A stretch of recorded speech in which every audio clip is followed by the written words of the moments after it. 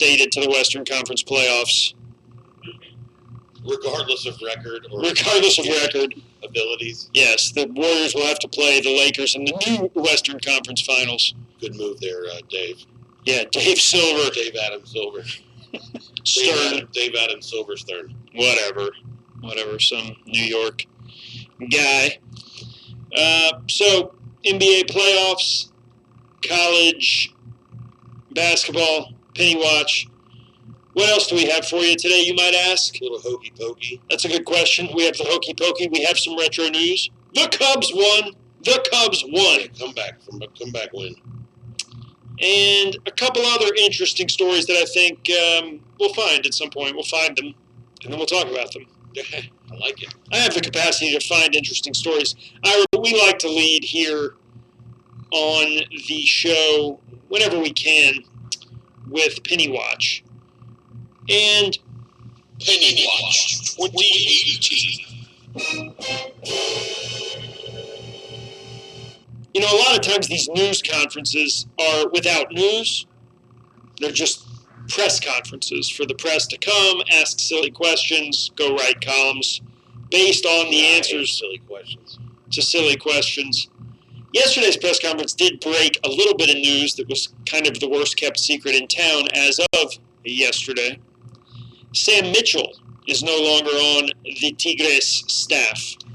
Yeah, that's, hopefully it's for a very good reason. Him getting a job or looking for a job somewhere else. He's investing in Tex-Mex restaurants. Yeah, what is that?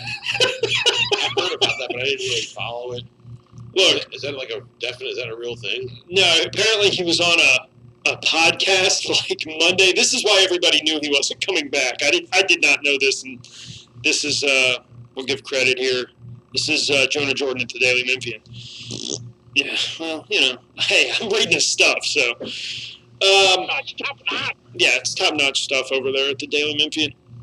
Anywho, this was apparently Monday. Mitchell was on a podcast. So the story hadn't broken. Our, enterprising journalists here in Memphis hadn't written anything about it, as far as I know, as of Monday. And then Monday, Mitchell's on a podcast, and he says the Bill Rhoden Sports Podcast is what he was on. Rick Rhoden? No, Bill. Oh. Must be Bill's brother. Could be. Rick's brother. Might be. He says, they asked him what he's up to. He said, I'm doing some things. I'm investing in some Tex-Mex restaurants called Barbarossa. Then I'm going to do some other things. I'm going to Milwaukee to do Game 2 of the Bucks-Raptors for TSN. The Canadian Sports Network. Right. And that was his answer. So no reference to the fact that he was on Penny Hardaway's staff, so one could assume he wasn't. And that was, in fact, the case. He is no longer on staff. The idea that Larry Brown would come in and replace him, which... yeah.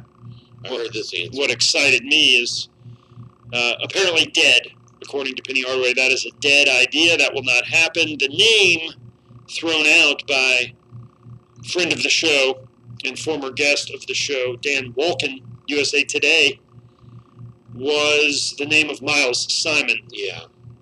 Who apparently has been on the Lakers staff, the Luke Walton Lakers staff that's been dismissed. And was the only member retained. Oh, he had been retained in the interim? Yeah, but that didn't necessarily, didn't really mean anything other than the fact that he probably had the option to return in some capacity under the Frank Vogel regime if he wanted to. Regime. I like when we refer to coaching staffs as regimes. What are they? Cuban dictators? No, but I think it probably all started in conjunction with Mike Fratello being called the czar of the telestrator. Maybe. Well, regimes are... I get it. Yeah. The dictator of the dictaphone. Do you prefer to spell czar T-S-A-R or C-Z-A-R? It depends on the context. What context you base your decision on? It's too complicated to get into here. That's a good call. Yeah. Anyway, so that news... that news came out. Other than that, Ira, did anything newsworthy come out of that press conference? Newsworthy. And he obviously commented on the recruits and gave local radio the chance to, like us, talk about things for a day. But any other news that you saw out of that? Not really. I mean, that's not, that's about the extent of it. One piece that I don't think we've talked about here, I think I knew about it, but I don't think we've talked about it. The team is going to the Bahamas this year. They're doing one of those foreign trips. I mean, if you consider the Bahamas foreign. Yeah, well, it is. Is that the U.S. Virgin Islands? Where is that? The Bahamas are its own independent country. Nassau would be the capital. We should bomb them. We should bomb them. That's great. The B-Ball Jones has declared war. I mean, it's just the idea that it's an independent country. That means we could declare war. That would be an easy war to win. Yes, there are many island entities that are not independent countries. Like, what would be an example? Turks and Caicos, not independent. Who are they affiliated with? The Antilles, not independent. Who are they affiliated with? Well, Turks and Caicos, I'm not 100% sure. The Antilles are related with I think they're related half with Netherlands and half with France. Curacao, for example, Netherlands-owned property. Bermuda, British-owned entity. Mm-hmm. The Falkland Islands. And, like you said, then you get the Virgin Islands, British Virgin Islands, U.S. Virgin Islands. A lot of virgins going on down there. Nice. I mean, like virgin lands. I see. Yes. So, the press conference was accompanied by appearances on Outside the Lines. Hardaway did that yesterday. Yeah, he did. He's been talked about on PTI. Did you see the Scott Van Pelt segment on SportsCenter? Yeah, I saw that. So they've been the talk of the town. Well, they've been the talk of, legitimately, to the extent that college basketball is in the news on May 22nd, which it typically isn't. But the fact that, whatever 5 minutes, 2 minutes, 30-second segment on these shows is dedicated to college basketball in the offseason, Memphis is the talk of college basketball. Yeah, and like you said, that's very rare, unless something very big happens. Like the Beeline leaving Michigan, going to Cleveland, that certainly you would have expected to get its couple of minutes of discussion. But generally, in the heart of baseball season, NBA playoffs, and NHL Stanley Cup playoffs, ESPN is inclined to talk about NFL football training camps. Yeah. A lot. Right. So, yeah, the fact that they did get, the college basketball is being mentioned, and Penny Hardaway and the Memphis Tigers are like the crux of the issue, then that's a good sign for us. So Memphis is now 12-1 at the Westgate's Superbook in Vegas, or in Westgate, wherever the hell that is. Memphis is 12-1 to win the national championship next year. I went ahead and put $10,000 on that. Just to $10,000, you're going to win $120. Is that the way that works? Yes. There would be a bet like that, but no, that I think technically, whatever 12 times 10 is. Let me get the calculator out here. 12 times 10 is 120. I think I'd win $120,000. That's correct. It'd be interesting. I was kidding. I didn't have the calculator out. I can do that in my head. Yeah, I'm sure you can. What are you, Alfred Eisenstein? Right. That's great. I mean, I certainly, that would be the type of bet where I would be like, oh, yeah, sure, I'm going to bet that. And then Memphis makes it to the final game and then loses, and I'll just it's all my fault because I bet on it, Yeah. Very superstition like that. So the quote that had everybody talking on Twitter and on the radio, Penny Hardaway said, "This is what we want. This is Memphis. We don't bluff. We want all the smoke. We want everything. We want everything to be about Memphis. If we want to win and hang our first banner in this building, or especially downtown at FedEx Forum, we're going to have to get talent, and with talent comes expectations, and that's what we want. That puts us in the conversation." By the way, now I'm reading off of, just to give credit, Drew Hill, Commercial Appeal. We want all the smoke. Ira, what is that? Is that like the smoke in like a grand entrance, that kind of smoke? Or are we talking, what kind of smoke are we talking about? I'm really not sure what that means. I think it means like, when somebody like a wrestler comes out, or like when Drago came out in Rocky IV with all the smoke. Like, we want that. We want the smoke. We want the grand entrance. If somebody knows that I'm wrong about that, call the show, 452-3094, 452-3094. Let me know what all the smoke means. Yeah, I'm curious myself. I'm usually right up on top of this slang business, but I admit I'm thrown for a little bit of a loop. Mm-hmm. But it's probably a good guess. Smoke, bells and whistles. Yeah, come on with the smoke. As far as I know, not any other news. I read the Rajon Tucker kid. No clarity on that situation yet. I am very curious. I think this whole Sam Mitchell thing does have me very curious to know what the larger, story or outcome's going to be. I'd like to know if there was, issues between him and the staff, or if it's just more of, like I mentioned yesterday. I mean, my opinion is, a guy that's going to leave the situation is the longer I'm away from the NBA game, not in a role as like a head coach in college, but just being on a college bench, the longer I'm out of the minds and thoughts of team presidents, GMs, owners, where it's going to be harder and harder every year for me to get back in the NBA. True. That could be true. Hey, Sam Mitchell, call the show. Yeah, Sam, yeah. If you're not too busy having chips and dip over at Barbarossa. Hey.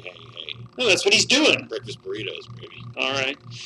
Yeah, I heard a show yesterday on my way home, and, I got home at around 4 o'clock, 5 o'clock. I think this was like 5:30. Anyway, it was that 4 to 6 show over there, and that's all you had to say. Yeah, the guest was saying, Sam Mitchell wasn't an important part of the staff anyway. This is probably an upgrade, whatever they do. It doesn't matter. Go get Miles Simon. That may be true. I'm not close to the program. I have no idea. But, the idea that Penny Hardaway was an inexperienced college coach, but he was going to have Larry Brown on his staff, gave me a lot of comfort. Then when that didn't happen, they put Mitchell on there. I have no idea how involved Mitchell was in player development, in scheming, in timeouts, in drawing up plays. I have no clue. But I don't know that the people I was listening to on the radio would necessarily know those things. They're a lot closer to the program than I am. But the idea that, okay, he's done it for a year, and now he doesn't need an old head on the staff, he just needs another recruiter, that strikes me as potentially a little bit dangerous. Yeah, I don't disagree with that. But what does it hurt if you're going to look? You've got Mike Miller who's recruiting his ass off. I certainly would not classify the name that they are throwing out there as a replacement for Sam Mitchell as merely a recruiter, and that'll be Miles Simon. Especially if you're going to be on a NBA bench, more goes into one NBA game. Well, that's true. As far as coaching wise, than really probably a week or two of college games, because every trip down the court can call for different matchups, reactions, situations, defending pick and rolls, etc. I mean, it's very in depth, very very detail oriented, where college is not. It's not those things. It's not detail oriented. It's not.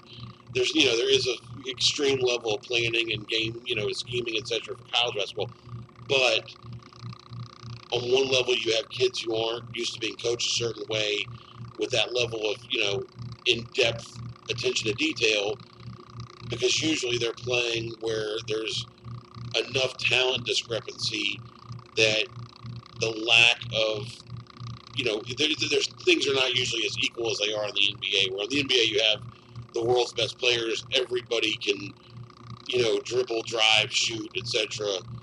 Post up, depending on the position. So things are so much tighter. You have to get every advantage you can to know, well, this guy's below 30% from 3-point line. We're going to go under every screen. This guy's over 32% from 3-point line. We're going to go over every screen, and we're going to, hedge to the left every time. We're going to double team in the post, but only if it's this guy on the right block. There's so much that goes on because things are so much more equal in the NBA as opposed to college. So a guy like Miles Simon, if he spent any time on an NBA bench, it's certainly, we know it's not for recruiting purposes, and we know that there's so much to learn about the game. And that's also Mike Miller's certainly not just a recruiter. He's spent time, a long career in the NBA, and that's what those guys can recognize. They can recognize, basketball on a more basic level, which certainly college basketball is, by definition, more basic than professional basketball. Well, there's knowing and there's teaching, and that's true. Like I said, I'm not close enough to know who did most of the teaching last year, or to really judge it because it was 1 year. And that's the thing. You need to know over time. But what I heard yesterday was this idea of, well, this guy was useless to the staff anyway because he didn't recruit, that being Sam Mitchell, and so they're going to get an upgrade. That just strikes me as a little bit ignorant of the history of that program, especially as it concerns, you go back to Pastner. Again, this team last year, I've said it 20 times on the air. I would take last year's coaching staff over Josh Pastner's any day of the week. 21. Yeah, because it's just, you could tell the product on the floor was better, but I don't know who to give credit to. Maybe you give it to the whole staff, but the idea that, that Mitchell's no big loss, that just strikes me as a little bit ignorant. Who knows? He may or may not be. He's not from a recruiting standpoint. Yeah, my thing with Sam Mitchell was that he was always, my big thing was the inbounds plays. Yeah, we'll see if those continue because those were great. They scored a lot. They did. They scored a lot on inbounds plays. They were a well-coached team last year in terms of in-game strategy. Flat out. I felt good about that. Yeah. So when we come back, more on Sam Mitchell. Just kidding. We'll talk about the NBA. Yeah. Right? Oh, yeah, I got to talk about the NBA. Get some of that in. We got this interesting story that we're going to find for you. It's fantastic. And much, much more. You're listening to the Ion Sports with B-Ball Jones, AM 1600. We will be right back. Unbelievable!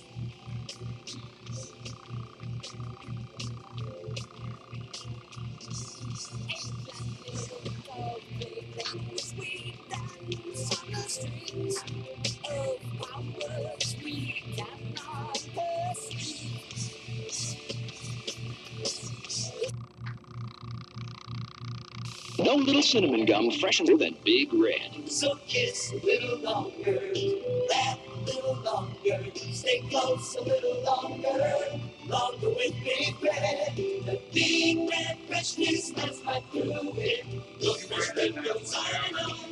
While you chew it, say goodbye a little longer, make it last a little longer.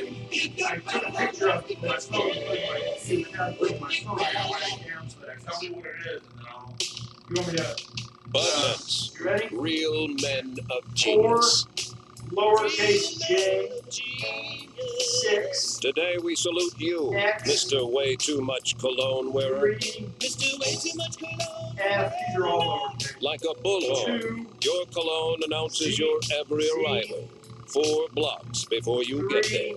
Here he comes now. V is in Here a Victor. splish, there a splash, 5 everywhere a splish splash. You don't stop till every square inch of manhood is covered.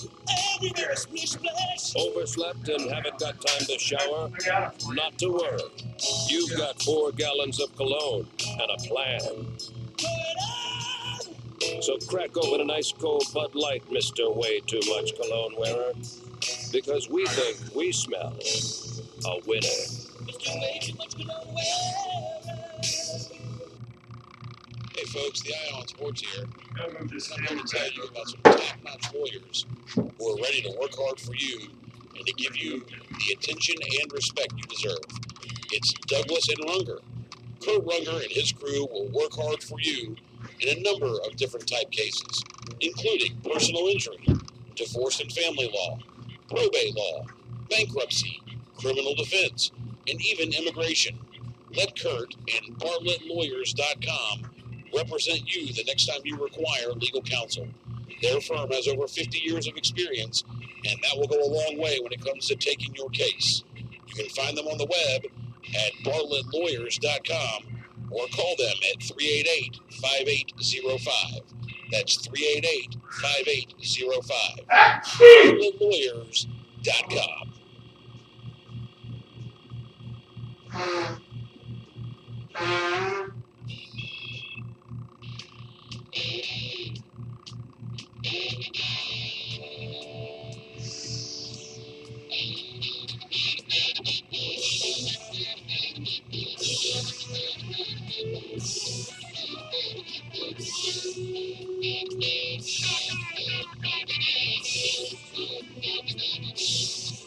Oh, Nelly Furtado.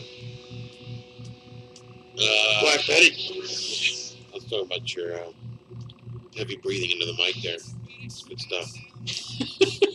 I wish I would have recorded it. You didn't know really that the mic was on yet. Well, no, the mic wasn't on, but the cue was on. Meaning I can hear it, but they couldn't. Anyway. Good. Yeah, Jay, quickly, got some. Yeah, that one can definitely hear. Thanks, but no thanks. Sorry, go ahead. Big news out of the NBA. I don't know about if big news is really the word for it, but the all-rookie team was released. The old rooks. I think this. I'd have to do a little research into this, or call my people over at the Elias Sports Bureau. But the top 5 picks from last year's draft were the top 5 players on the all-rookie team, including Luka Doncic, Trae Young, Marv Bagley III, Jaren Jackson Jr. from your Memphis Grizzlies, and whoever that 5th guy was, the number 1 pick or number 2 pick, I don't know. Aiden? Yeah. Did you say Aiden? That's what I was going to say. Yeah, number 1 pick. So there's your 5 top NBA rookies. Speaking of rookies, quickly, just off topic, Hunter Goodman, Memphis baseball team, the position player newcomer of the year in the American Athletic Conference. But were they eliminated yesterday? They were not eliminated. They did lose in the first round of the it's a double elimination tournament. They have to play today to stay alive. Who are they playing? Today, I'm not sure. They lost to the Natty yesterday. I saw that. They lost to the Natty, the number 2 seed. They may have to play. Well, ECU is the number 1 seed, and they actually lost their game to Wichita State. So hopefully they don't have to play ECU. But I'll check on that. I'll give you a report. ECU's good. ECU was like number 6 in the country. Cool. Memphis beat them on Saturday, but they lost 2 out of 3. Yeah. So anyway, that's a quick update on the Tiger baseball. But yeah, NBA. So you got.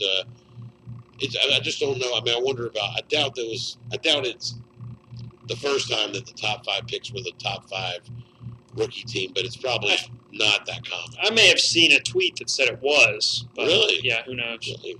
Okay. Before we stop talking about Penny Hardaway, which we'll never do. We'll never stop talking about Penny Hardaway. Phil Kaplan at the Commercial Appeal was out with a story. This is updated this morning. This may have been in the press conference. I didn't see the whole thing. Yeah, you know this guy? I don't know. Penny Hardaway said some discussions have taken place with Kentucky about a home-and-home series or a future neutral site game in Nashville. Yeah. You saw this? No, I didn't see that, but I would very highly doubt that it would be a home-and-home. Yeah. Maybe a home and neutral site. He said they talked about a month ago. He said, I'll definitely be talking to him about a home-and-home and even a neutral site. Let me tell you why I think this could happen now. Okay, tell me. Previously, it wasn't going to happen because, well, initially it wasn't going to happen too much bad blood. And not that the blood isn't still bad, okay, but there's been a lot of time now. I'm talking about a decade. We've went through a whole 2 coaching staffs here. So time has passed. But then it wasn't going to happen because, and even when Penny first got the job, because as much as Memphis wanted to be that national brand again and really have high wattage for that game, it would probably not be that for Kentucky, right? Still be sort of punching down. They say you're not supposed to punch down, Ira. You only punch up. Make sense? Like, don't punch down. Don't deal with the haters and the challengers that really aren't at your level. Right. So it wasn't going to happen then. But now that Memphis is elite, and I mean that in all sincerity, in terms of recruiting again, top 10 preseason type program, obviously they're not going to play next year. That's too close. But if Memphis keeps up this momentum on the recruiting trail, I could see a neutral site game. Maybe, how about playing in the Garden? That'd be pretty cool. Memphis and Kentucky. What in the hell's the matter with you? No, I think that would be I don't know if I like the idea of playing in the Garden. Why not? I think it's got to be Somewhere around here. If it's not between, I think it's got to be somewhere between Memphis and Kentucky. Basically it's got to be in Nashville. But I would hate to play in Nashville and give them the satisfaction of the gate. Right. So, I mean, maybe somewhere like, how about Saint Louis? Well, if they sold the, let's take Nashville. If they gave us half the tickets, we'd probably sell half the half and turn the other half over to them. It'd probably be 75% Kentucky fans. Yeah, they're just, those people are rabid. I mean, I'm still trying to figure out how they have all that money. The people in that state to travel the way they do for that team. It's a good point. I'll tell you this. Meth labs. Horses. I'll tell you this, Ira. Tell me. They travel. I had something else to say. Well, okay, hotshot. No, I know what I was going to say. I got it. Don't interrupt me. If Penny Hardaway can Post game show is brought to you by Christ, I can't find it. The hell with it. You found it, though? What? You found it? Found what? No, I got it. Hang on. Go ahead. If Penny Hardaway can get that game, I'll be impressed. I'm already impressed, but I'll be very impressed. Certainly, it'd be very impressive. That'd be him keeping his word in a big time way. Yeah. Also, last night, NBA playoff action. Oh yeah. Yeah, the Toronto Raptors defeat Milwaukee. I was a little surprised they were able to win last night, but they got great production from their bench, and they evened the series at 2-2. So they got to play Game 5 in Milwaukee on Thursday night. How about this news? Beside the fact that now the Clippers are in major contention for Kevin Durant. I love the fact that they're talking about whether Durant. You're barely talking about whether or not Durant's going to come back for the finals. Mm-hmm. But Durant's, what do you call it? Durant's destination after the season is like a bigger story than the Warriors and their title run and etc. Well, because it's more interesting. Well, basically, and there's more suspense to it. But I'll tell you this: yesterday you asked me, does Durant being out motivate the rest of the Warriors? And I said, only to the extent that normally it would. That you feel a challenge personally, you step up to the plate. Yeah. But I will tell you that I think all the ESPN gibberish about are the Warriors better without Durant, and the endless hours of talk radio that you're subjected to on that topic. So stupid. Well, it's very stupid, but it also, that has to have an effect on him. Apparently, he's a fairly sensitive guy anyway. He's got like a burner Instagram account, and he goes multiple. Yeah. So I think it's got to have an effect on him. And if he's hurt and he's, a month away or whatever it is, 3 weeks away from having to make a decision on this stuff anyway, he's thinking about it. If you're looking to move midsummer. No doubt. It's May 22nd. Yeah, another piece of NBA news that I saw that was found interesting. Portland Trailblazers talking about giving an extension to Damian Lillard. Mm-hmm. How about this Supermax? I didn't know there was a Supermax. I knew there was a max. I didn't know there was a Supermax. Yeah. You ready for this number? I'm ready. 4 years. 4 years. I got a pen. Writing it down. $191 million. 191 million. That's just shy of $50 million a year, I believe. I want to do this here and do some math. What do we got? $191 million divided by 4. Yeah, what? That's $47.75 million a year. That's pretty interesting. divided by. Oh, never mind. Hang on, I want to do something here. Well, you can do whatever you want. We'll say 48 million. Yeah. 48 million divided by 82 games. Yeah. That's over $500,000 a game. Yeah. I mean, considering that we get over $50 per show, I'm pretty impressed. I mean, I don't have a problem with, people getting paid what they deserve to be paid. My problem is that what kind of situation does that put the Blazers in, considering the fact that their biggest issue in getting knocked out of the playoffs in the Western Conference Finals was their bench. I mean, they got to do some serious upgrades on that roster.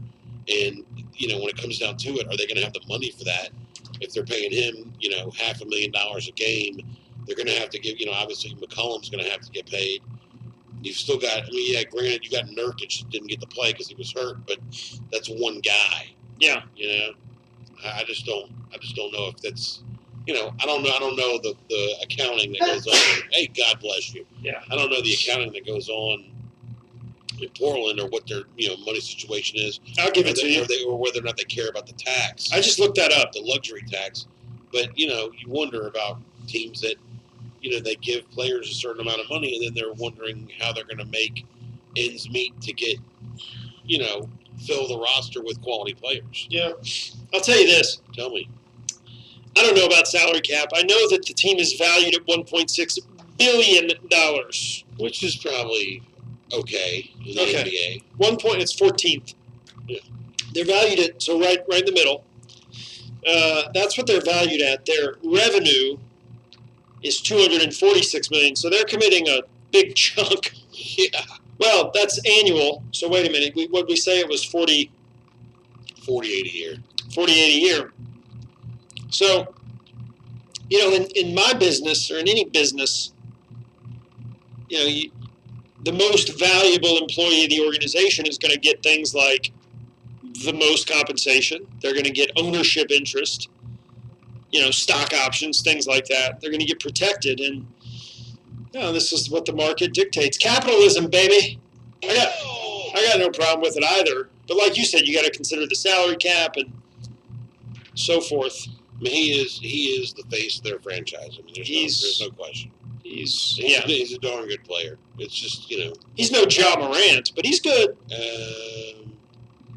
Yeah. Well, let's see. Well, hopefully in 3 years we'll be saying that. Ooh, that'd be nice, wouldn't it? It'd be great. Get the Grizzlies back. They're back. Yeah, I'd like to. It would be nice to see both teams being good at the same time. Yeah. We know the Tigers are back. Well, we know they're back when it comes to attention. We'll see if they're back on the floor. All right, here's an interesting story. Hey, tell me. Pat Riley says. Yeah, he loves Mike Conley. You seen this? No. Well, no, he might love Mike Conley. That's true. He says the Lakers have never contacted me about a front office role. Why is he being asked about this? We don't know. But apparently, after leaving the Lakers 30 years ago on poor terms, I was going to say it's been a long time. He expressed maybe some mild interest in coming back to L.A., but he's never been offered the job. He said, quote, "I have thought about returning to the Lakers, only from a sentimental standpoint, but I was never pursued by them. Nobody officially contacted me. I have about 20 friends wishing I would come back, but nobody asked." Say how old he is. Riley is, I believe, 70. Let me see if I... Probably about right. I mean, that's interesting. I mean, yeah, certainly he's been gone from there longer than he was ever there, by a long shot. He's probably been in Miami, close to 20 years? He's been there a while. No. Yeah, I mean, I would think maybe even more. Yeah, mid-90s, right? Probably. I mean, he was with the Knicks. Zoe Morning. Yeah. Hey, I want to tell you something. So the other night at the Blazers-Warriors game, they weren't even showing the crowd. They were showing a guy on the team, and on the Warriors, he just committed a foul or something. So they show you, I saw this on your Facebook. They show you the close-up, and then So behind him in the crowd was Bob Weir of the Grateful Dead and Bill Walton, who's a well-known Deadhead. Yeah. So my brother said, I saw the picture. I said, yeah. He goes, did you see this? about the baseball card, about the basketball card. I said, I don't know what you're talking about. So if you look it up online, apparently in 1990, 91, must have been Fleer basketball card. Yeah. Featuring ESPN's own Mark Jackson, former Warriors coach. Yeah. Nick's point guard. Look at the card. Nick's point guard, Mark Jackson, sitting courtside at whatever game he was playing where they took the action photo. The Menendez brothers. No way. I swear to God, it's hilarious. What? Look it up, bro. But they weren't even famous then, were they? I mean, no, they killed their parents yet? They weren't famous then. No, my brother claims this is after the murder was committed, but before the conviction. Now that I'd have to check the timeline, but I swear if you check. Yeah, I mean, here's an article. How 2 murderers were spotted on an old Mark Jackson trading card. Is that unbelievable? That is unbelievable. I was just like, what do you, especially my brother, because he didn't really care about sports. I'm like, what are you talking about? He's like, yeah, check this out. He sent me the little. There are, in fact, this is according to Slam Magazine Online, 2 murderers prominently featured on Mark Jackson's 89-90 trading card. I don't hardly say prominently featured, but it's the Menendez brothers, 2 of the 4 people seated courtside in the picture. The photo was taken after they murdered their parents for their insurance money in the Beverly Hills mansion in 1989. Miraculously, nobody found out 2 famous murderers photobombed Mark Jackson's trading card until 30 full years later. And this article goes into how that came out. Oh, about how someone discovered that? Yeah, Steven Zarantz doesn't even watch the NBA. He was just trying to find photographic proof that Lyle and Eric Menendez did all the outlandish stuff that court documents claim they did in the months between murdering their parents and getting caught. These guys were crime heads. I didn't even know that was a term. Yeah, I'm a crime They bought tennis lessons, Rolex, clothes, businesses, restaurants, cars. They quickly spent $700,000. Then we noticed they bought courtside tickets to the Knicks. Unbelievable. And they started looking for pictures, and they went through the cards, and they found the playing card.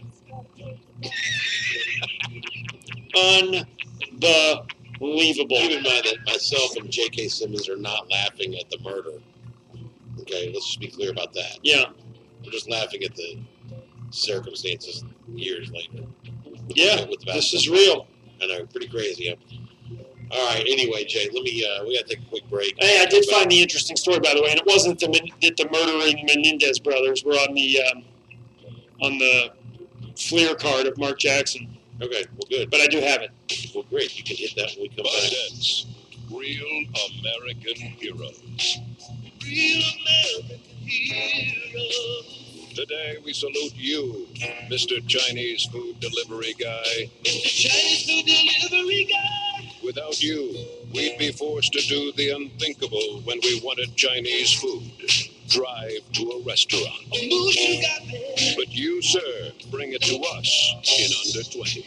Ride like the wind. Armed with your rickety bike, you battle traffic, bad weather, and the occasional busted elevator. And why do you do it? Because somewhere a guy is waiting for his Kung Pao crab puffs, and he's got $1.57 with your name on it. That's 10%. So crack open an ice cold Bud Light, or Mercenary of the Mandarin Chicken, and know that when America is looking for a man to get the job done, you do.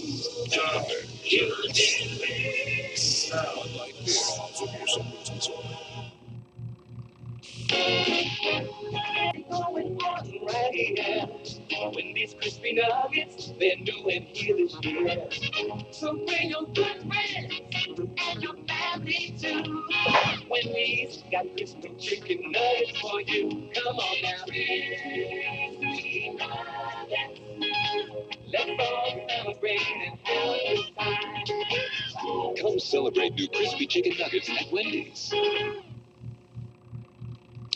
Hey Memphis, it's the Eye on Sports here, and while many of you know me as the co-host of the Eye on Sports with B-Ball Jones, or as the extraordinary PA guy for the University of Memphis baseball team, as luck would have it, I'm also a real estate agent. My firm, Lipsy Realty, can do anything you require in the realm of real estate. We could list your home for sale, we could help you buy a new one.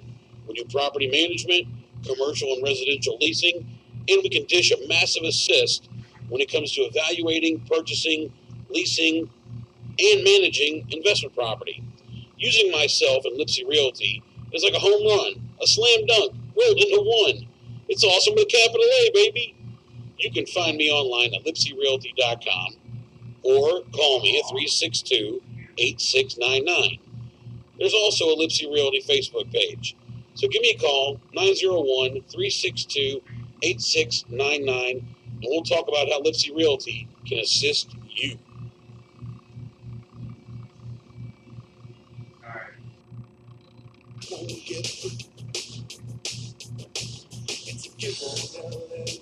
Someone's faster on the truck. No matter where you hide, I'm coming after you.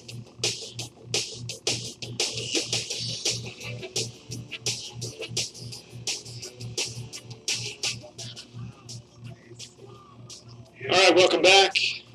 Welcome back to the Ion Sports with V-Ball Jones. We've got about 12 minutes left. Maybe. Yeah, quick question for you. Yeah. We're talking about Sam Mitchell. Mm-hmm. Favorite Mitchell. You ready? Yeah. Kevin Mitchell, well known for that barehanded catch he made with the Mets, or with the Giants. Yeah. You know what I'm talking about? Mm-hmm. Kevin Mitchell, Sam Mitchell, Margaret Mitchell. I like that Kevin Mitchell barehanded catch. I'll go with that. All right, great. Yeah. Yeah, I like that a lot. All right, what's the interesting story you found? All right, here it is. You ready? I am. All right. There is a toilet seat now. There's a toilet seat that will predict if you're going to have heart failure. Okay. That's advanced. This is according to the Daily Beast. There's a toilet seat being produced now that will monitor, and because it contains all the tools necessary to spot a heart patient's degrading health. It has three main instruments: an electrocardiogram, so the seat has electrodes in it; a photoplethysmogram, something. It's basically like a Fitbit, measures the heart rate; and a ballistocardiogram, which senses a patient's weight, and based on how it fluctuates when the heart beats, determines the volume of blood passing through the heart. That sounds fantastic. So advanced science on your toilet. How about just go to the doctor? But some people won't go to the doctor. If you're willing to buy a toilet seat that can measure whether or not you're bound for heart failure, but you're not going to go to the doctor, No, Ira, you got it all wrong. When the libs take over, these are the only toilet seats that are going to be allowed to be produced. Okay, interesting.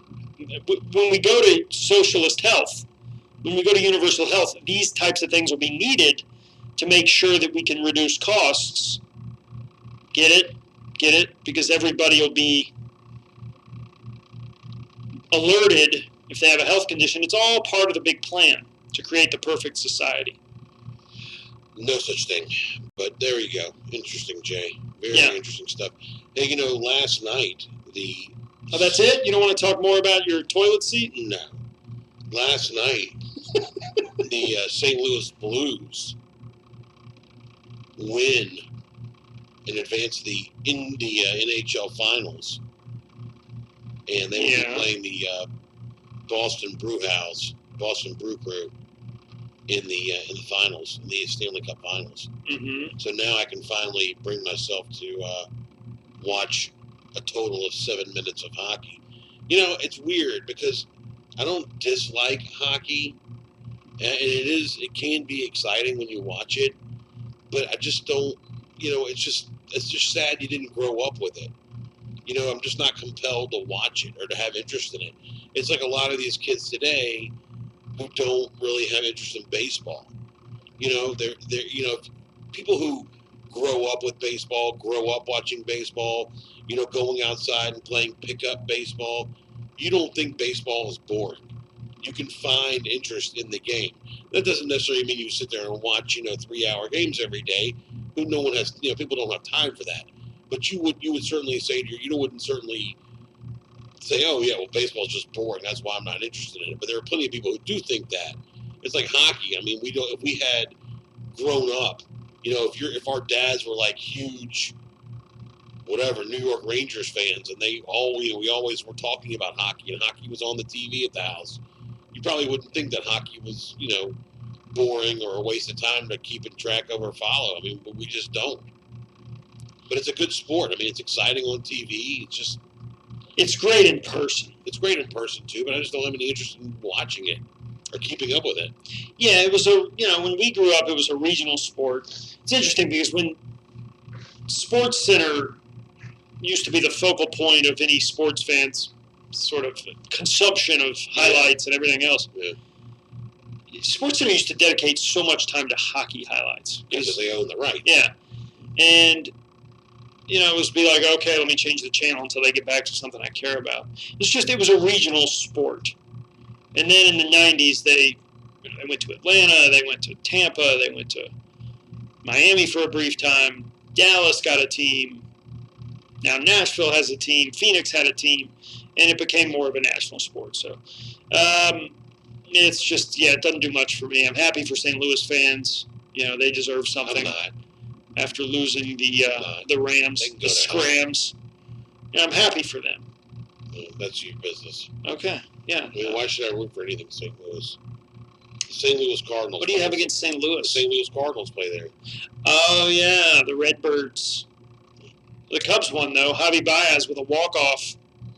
Yeah, what up, Baez? Hey, Ira, they're already printing shirts. Holy cow! Yeah, of what? That say, we want all the smoke. Are you serious? Oh, of course. Good Lord. Give me a break. There's nothing Memphis sports fans love more than a catchphrase. Okay. Look, I love my Memphis sports teams. I do not love my Memphis sports fans. It's not the type of, I hate to end the show this way, but like Scott Van Pelt the other day, right? Yeah. You saw that clip? Which clip? Or you just heard about it? No, I saw it. The thing he did about Memphis. I saw it. Yeah, he said Memphis is its own country. It's its own, the passion, the whatever. There's some truth to that. I don't know if there is. I think there definitely is. I mean, and the proof is in the pudding, Jay. You said that they're already making the T-shirts with the whatever, we want the smoke or whatever. All right, that's, you're really stretching it. I saw a guy the other night on Saturday night wearing a shirt that says, it looks like the old Miller Time shirts, but it says it's Anthony Miller Time. And then when the Grizz were in the playoffs, in the throes of some heavy playoff runs, and all these people were making, shirts like, Vernon had his Tony Allen shirt and the Zach Randolph shirt, and people had the Al Green shirt and the Grizzlies jersey. Like, I think it's cool that you would turn on TNT and watch a basketball game that, let's say it was the Thunder, and one section was blue and one section was white, and they all had the same T-shirts on. And you look at a Memphis game, and they very rarely had that going. They had the towels maybe, but everybody had like their own expression of creativity of Grizzlies shirts. And I think that's cool. That makes us different than everybody else. Now, I mean, let's not go over the top. I mean, what'd you say the quote was? We want all the smoke? Yeah, that's like, I mean, there's nothing, that's not even a great quote. All I look at is, a good fan is a fan that's there when the team's good and when the team isn't good. I don't disagree with that. And if attendance drops to 3,000 when the team isn't good for 4 or 5 years, then you're not great fans. Okay, you're hype fans. You're fair weather fans. I agree with that. And so don't, whatever. And that's been something that I've been talking to a lot of people about, that these guys are jumping back on the bandwagon with Tiger basketball. Yeah. And they're like, well, that's the way I tell the athletic department that I'm not happy with the coach, that I quit buying season tickets. I mean, you can't really. I mean, I don't agree with that. Yeah. You can't really argue with that. No, you can't. I mean, you can't argue with any of it. It's sports, but right. Don't give me like you're some incredible fan. No, you're fair weather. And people get to me like, oh, you love pinning out. Well, yeah. I mean, I'm a fan. Right. I would love you if you were the coach. Right. You're a fan of the program first. Yeah. The coach second. You want them to win no matter who's the coach.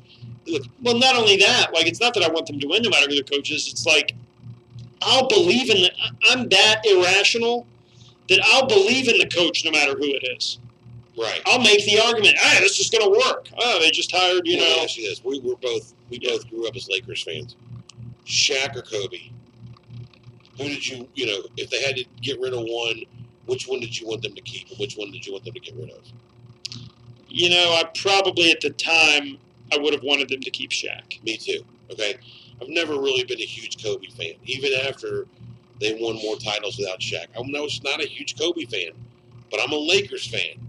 So the personnel on the team, yes, while I would have preferred them keep Shaq, I want the team to win. You know, people have a hard time maintaining focus on their teams as opposed to a lot of the ancillary stuff that goes along with that. I don't know. Yeah. No, I'm with you.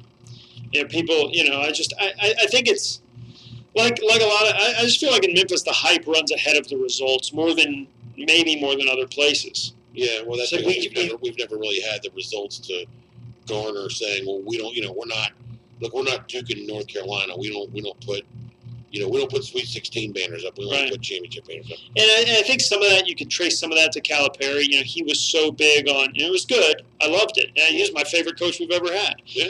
But he was so good at, like, having that chip on his shoulder and using that as a way to sell tickets and to motivate his team. And a lot of that was deserved because we were in that conference that didn't get any love. Yeah. You know, but it's a bit much sometimes for me. Yeah. But that being said, I'm all in. Yeah, we got about 30 seconds left, Jay. So quickly, retro news. Pac-Man released this day in 1980. Yeah. Not great birthdays today. I know one of your favorites, Morrissey from the Smiths. Mm-hmm. Bernie Taupin, you know who that is? No. Songwriter, wrote a lot of songs with Elton John. Ah, good. Yeah, I've heard of There him. you go. All right, we got about 10 seconds left. Anything to add? No. He's not the best color man in the league for nothing, folks. Ion Sports, B-Ball Jones, adios, muchachos. This is the Old Trailblazer broadcast. This is Pastor Albert Pendarvis, the Old Trailblazer, riding out again on Old Dan, blazing the path to the hearts of sinners. We're looking at the general theme, the preacher, and we're looking at the preacher and his calling.